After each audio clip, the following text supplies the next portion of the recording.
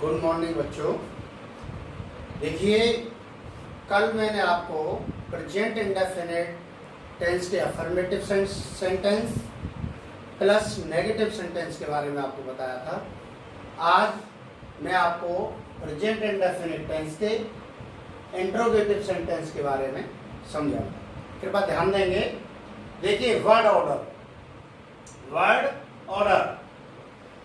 सबसे पहले यदि वाक्य आपका प्रश्नवाचक है, इंट्रोगेटिव मीन्स होता है प्रश्नवाचक, जैसे क्या, कब, क्यों, कैसे आदि शब्द आ जाते हैं, कहाँ, कौन, ऐसे आदि शब्द आते हैं, तो आपको तुरंत समझ लेना चाहिए कि ये कोई हमसे प्रश्न पूछ रहा है, अर्थात ये प्रश्नवाचक वाक्य है, प्रश्नवाचक शब्द है।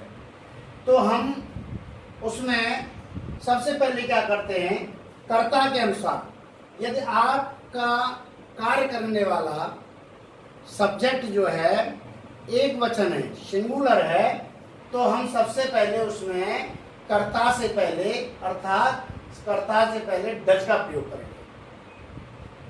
अर्थात आपका जो कर्ता प्लूरल है, सब्जेक्ट आपका प्लूरल है, तो हम कर्ता से पहले डू का प्रयोग करेंगे।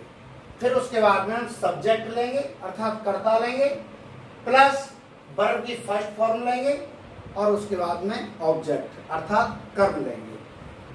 दूसरी बात यह है बच्चों, हिंदी वाक्य के प्रारंभ में क्या, क्यों, कब, कैसे आदि शब्द आने पर हम सिंगुलर सब्जेक्ट अर्थात कर्ता एक वचन है तो कर्ता से पहले डज का प्रयोग करते हैं। कर्ता से पहले किसका प्रयोग करेंगे? डज का प्रयोग करेंगे। तथा प्लूरल सब्जेक्ट मतलब कर्ता बहुवचन है तो कर्ता से पहले डू का प्रयोग करते हैं। किसका प्रयोग करेंगे? डू का प्रयोग करेंगे। जैसे तुम क्रिकेट खेलते हो, मान के चलिए तुम क्रिकेट खेलते हो, या ये तो बिल्कुल आपका अफर्मेटिव सेंटेंस हो गया। अगर इसमें हमने कहा कि क्या तुम क्रिकेट खेलते हो, तो सबसे पहले आपको सोच लेना चाहिए कि हमारा सब्जेक्ट कौन सा है, प्लूरल है या सिंगुलर है। तो तुम शब्द आने पर आपको समझ लेना चाहिए कि यह वाक्य प्लूरल है। तो उससे पहले हम क्या करेंगे, तो क्या लगने पर डू का प्रयोग करेंगे। सबसे पहले सब्जेक्ट से पहले हमने डू का प्रयोग किया, do you play the cricket. और इसी प्रकार यदि प्रश्नवाचक शब्द अर्थात वाक्य को हम टेंस जैसे बोलते हैं, उसके बीच में आ जाता है, प्रश्नवाचक शब्द वाक्य के बीच में आ जाता है, तो सबसे पहले उसकी अंग्रेजी लिखते हैं। क्या लिखते हैं? उसकी अंग्रेजी लिखते हैं तथा कर्ता के अनुसार डज और डू का प्रयोग करते हैं, और उसके बाद में हम सब्जेक्ट का प्रयोग करेंगे और फिर वर्ब की फर्स्ट फॉर्म का प्रयोग करते हैं। जैसे तुम कब उठते हो, तो कब जो शब्द है आपका वो वाक्य के बीच में है, इसलिए हमने सबसे पहले कब की अंग्रेजी लिखी, इसकी अंग्रेजी लिखी।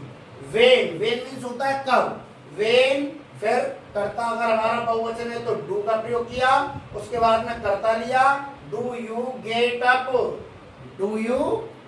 गेट अप मीन्स उठना अर्थात जागना। इसी प्रकार क्या हुआ, ढोल बजाता है, तो कर्ता एक वचन है, आपको समझ लेना चाहिए। तो सबसे पहले हम डज का प्रयोग करेंगे, does he play the drum. तो प्यारे बच्चों, आप लोगों को एक बार और समझना है और उसी के आधार पर आप बाकी करेंगे।